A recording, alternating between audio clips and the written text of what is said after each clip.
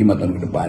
PDIP semacam punya sinyal batin yang menunjukkan bahwa ya kira-kira ini pemerintahan ini kurang kuat legitimasinya. Jadi Ibu Mega mungkin udah selesai melakukan kontemplasi dan tiba pada kesimpulan bahwa ya sebaiknya menunggu sehabis-habisnya sebelum memutuskan untuk bergabung dengan PDIP. Tapi PDIP dengan Presiden Prabowo.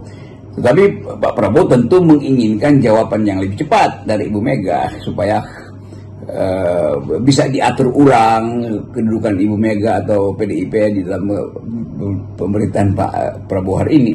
Tetapi tentu Pak Jokowi juga mengintai seintensif apa sih atau sedalam apa hubungan PDIP dengan Gerindra nanti kan kepentingan Pak Jokowi masih ada atau masih bisa efektif untuk menghalangi pertemuan itu. Dan 2 hari ini tentu akan berubah sikap-sikap PDIP maupun sikap Pak Prabowo kalau Pak Jokowi betul-betul secara formil tidak lagi memegang kendali politik. Dan itu atau baru dengan cara itu kita bisa lihat kelegaan mungkin atau keterus-terangan Pak Prabowo nanti di dalam kalimat-kalimat awal ketika kabinet ini boleh bekerja, yaitu tentang arah kabinet. Apakah betul masih ingin melanjutkan Pak Jokowi atau ada poin-poin yang memang harus dia batalkan. Tidak mungkin semua hal yang diinginkan Jokowi itu dia lanjutkan.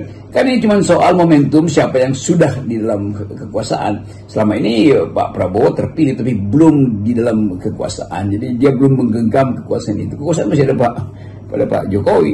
Dan Pak Jokowi tentu tahu beberapa soal seperti soal yang mungkin bersifat rahasia atau bersifat taktis yang masih bisa dia keluarkan sebagai faktor atau sebagai kartu truf untuk sebut aja mempengaruhi Pak Prabowo.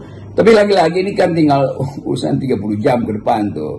Dan itu yang jadi pertaruhan publik. Apakah Jokowi nanti begitu terjadi penyerahan kekuasaan atau perubahan politik akan mengucapkan sesuatu yang akan ditagih oleh publik atau akan ditunggu oleh publik.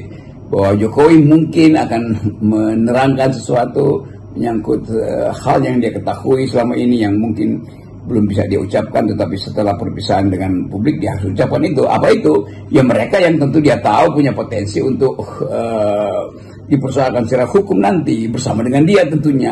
Jadi kelihatannya Pak Jokowi juga lagi menimbang-nimbang siapa yang akan dia seret untuk jadi bagian dari atau menjadi pelampung kalau pada akhirnya Pak Jokowi diseret oleh ombak politik, ya sebut ombak politik baru, itu tuntutan dari masyarakat sipil.